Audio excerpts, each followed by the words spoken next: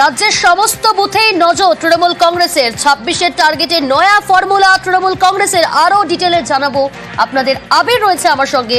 আবির, কি ফর্মুলা তৃণমূল কংগ্রেসের? তুমি জানো যে গত শনিবার দিনকে যখন ভার্চুয়াল বৈঠক করছিলেন অভিষেক বন্দ্যোপাধ্যায়, সেই সময় তিনি বুথগুলোর কি অবস্থা বিভিন্ন বিধানসভার মধ্যে তার একটা খতিয়ান তিনি সেখানে দিয়েছিলেন। যে কোনো রাজনৈতিক দলের কাছেই নির্বাচনের ক্ষেত্রে যার যত বুথ শক্তিশালী হয় সে তত রাজনৈতিকভাবে সুবিধা পায় বা নির্বাচনের ক্ষেত্রে লড়াই করার ক্ষেত্রে তারা অনেকটা বেশি সুবিধা পেয়ে যায়। কিন্তু দেখতে পাওয়া গিয়েছে যে লোকসভা নির্বাচনের ফল বিশ্লেষণ করে একাধিক যে বুথ রয়েছে সেই বুথগুলোতে তৃণমূল কংগ্রেসের ফল খারাপ হয়েছে, এবং এই খারাপ ফলের কারণ হিসাবে যেটা উল্লেখ হয়েছে সেটা হচ্ছে যে সেখানে যথাযথভাবে নজরদারি থাকেনি। মানে লোকসভা নির্বাচনে খারাপ থাকা বুথ ধারাবাহিকভাবে যে সমস্ত বিধানসভাগুলোতে খারাপ থাকা বুথ তার সবকটাতেই তৃণমূলের তরফ থেকে কড়া নজর দেওয়া হচ্ছে, এবং সেই কারণে হচ্ছে বুথ ভিত্তিক যে সম্মেলন পুনরায় ফের শুরু করা হতে পারে। কোচবিহারে কোণঠাসা পদ্ম মন্ডল সভাপতি ঘোষণায় সমস্যা বিজেপির। 43 মন্ডলের মধ্যেই সভাপতিহীন 18 মন্ডল। জেলার অধিকাংশ বুথ কমিটি তৈরি হয়নি। ভোটের আগে কোচবিহারে ব্যাকফুটে পদ্ম। আরো ডিটেল জানাবে শুভঙ্কর রয়েছে। শুভঙ্কর, 26-এর বিধানসভা ভোটের আগে তাহলে যথেষ্ট ব্যাকফুটে রয়েছে পদ্ম শিবির। হ্যাঁ দেখো, একেবারেই প্রিয়াঙ্কা, তোমাকে বলে রাখি, গত লোকসভা নির্বাচনের কোচবিহারে বিজেপির ফল খারাপ হয়েছে। তারপর থেকেই বিজেপি কর্মী সমর্থকরা যারা ছিল তাদের একটা বড় অংশ বিভিন্ন গ্রাম পঞ্চায়েতের প্রধান, পঞ্চায়েত সদস্যরা সব তৃণমূলে যোগ দিয়েছে। বাকি যারা বিজেপি কর্মী ছিল তারা বসে গিয়েছে, এবং এই পরিস্থিতিতে বুথ কমিটি গড়া থেকে মন্ডল কমিটি গড়তে সমস্যায় পড়তে হচ্ছে বিজেপিকে। ইতিমধ্যে 2 মাস পেরিয়ে গেছে, 43টি মন্ডল রয়েছে কোচবিহার সাংগঠনিক জেলায়। সেক্ষেত্রে মাত্র 25টি মন্ডল কমিটির সভাপতির নাম ঘোষণা করেছে। বাকি 18টা মন্ডল কমিটির সভাপতিদের নাম ঘোষণা করতে পারেনি। পাশাপাশি সিংহভাগ বুথে বুথ কমিটি তৈরি করতে পারেনি, কারণ কর্মী সমর্থকরা নেই। যদিও নতুন জেলা সভাপতি তিনি জানিয়েছেন, অভিজিৎ বর্মন, যে খুব শীঘ্রই আমরা আবার নতুন করে বসবো, যেখানে যেখানে যে ঘাটতি আছে সে ঘাটতি মেটানো হবে। প্রিয়াঙ্কা, বেশ।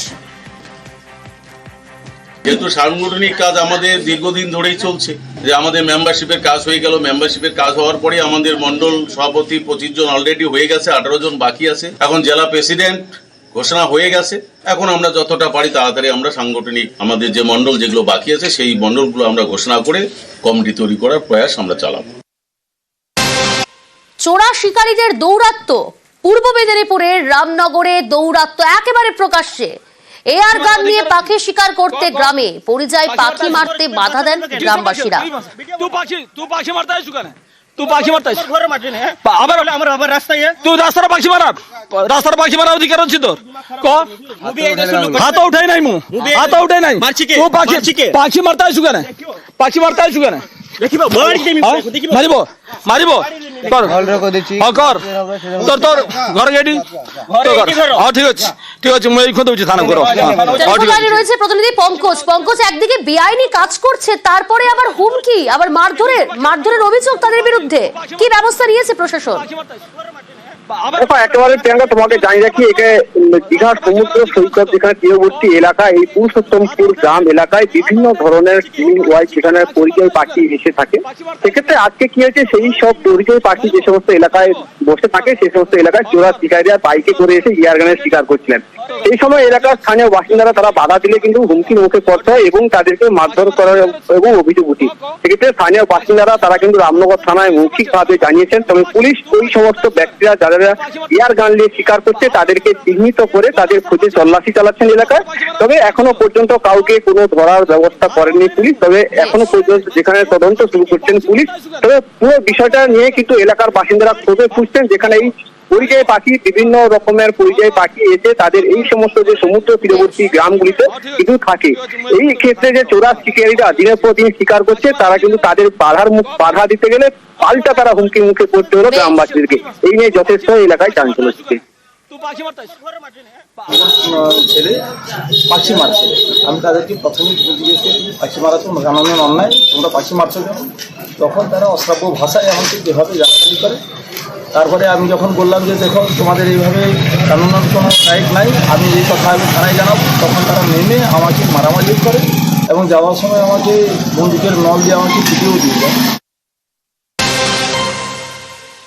ব্যবসায়ী স্ত্রীর নামে আবাস, পেট্রোল পাম্প মালিকের স্ত্রীর নামে আবাসের বাড়ি, ক্ষীরপাই পুরসভার 9 নম্বর ওয়ার্ডের রীতিমতো চাঞ্চল্য। রাজ্য সড়কে পেট্রোল পাম্পেই আবাসের বাড়ি। সুকান্ত রয়েছে আমার সঙ্গে। সুকান্ত, ব্যবসায়ী স্ত্রীর নামে আবাস, আর সেই আবাসের বাড়ি পেট্রোল পাম্প মালিকের স্ত্রীর নামে, একেবারে রাজ্য সড়কে পেট্রোল পাম্প, সেখানেই আবাসের বাড়ি। একদম দেখো, ঘাটাল চন্দ্রকোনা যে রাজ্য সড়ক, সেই রাজ্য সড়কের ক্ষীরপাই পৌরসভা 9 নম্বর ওয়ার্ড, অর্থাৎ ওই জায়গাটাকে ঘুঘুডিনা কালী মন্দির এলাকা বলা হয়। সেই জায়গায় কিন্তু পেট্রোল পাম্প, সেই পেট্রোল পাম্পের মালিক কিন্তু প্রভাত পান, আর তার স্ত্রী জ্যোৎস্না পান, তার নামে কিন্তু সরকারি হাউজিং ফর অলের বাড়ি, যেখানে দেখা যাচ্ছে পেট্রোল পাম্পের যে এলাকা, সেই বাউন্ডারির মধ্যেই কিন্তু এই বাড়ি তৈরি করেছেন পেট্রোল পাম্প মালিক। তা নিয়ে কিন্তু আমরা ক্ষীরপাই পৌরসভার চেয়ারম্যান দুর্গাশঙ্কর পানের সাথে যোগাযোগ করলে তিনি অবশ্যই জানিয়েছেন যে পৌরসভার কাউন্সিলররা তাদের ওয়ার্ডের বাড়ি দিচ্ছেন, সেই বিষয়ে কিন্তু তার জানা নেই। এবং পরবর্তীকালে তিনি আরো বলেছেন যে সম্পূর্ণ টাকা কিন্তু এখনো দেওয়া হয়নি, কিন্তু যেখানে দেখা যাচ্ছে জ্যোৎস্না পানের নামে বোর্ড লাগানো রয়েছে, অর্থাৎ বাড়ি কমপ্লিট হয়ে গিয়েছে, সেই বোর্ডও কিন্তু লাগানো আছে। সেক্ষেত্রে পৌরসভার চেয়ারম্যানের দাবি এখনো কিন্তু কিস্তির টাকা দেওয়া হয়নি। এই নিয়ে প্রভাতবাবু কিন্তু দাবি করেছেন তার পুরনো বাড়ি রয়েছে, মাটির বাড়ি, এবং তিনি কলকাতার বাসিন্দার, কলকাতার ভোটার হলেও তার স্ত্রীর ভোটার কিন্তু এখানে ক্ষীরপাই পৌর এলাকায়, তাই তিনি বাড়ি নিয়েছেন, তিনি বাড়ি পাওয়ার যোগ্য। কিন্তু বিরোধীরা কিন্তু অভিযোগ তুলছেন যে কি করে একজন কলকাতার প্রতিষ্ঠিত ব্যবসায়ী এবং তার সাথে ক্ষীরপাইয়ের একজন পেট্রোল পাম্পের মালিক তিনি তার স্ত্রীর নামে বাড়ি পেতে পারেন। এই বিষয়ে কিন্তু ওই ওয়ার্ডে, অর্থাৎ 7 নম্বর ওয়ার্ডের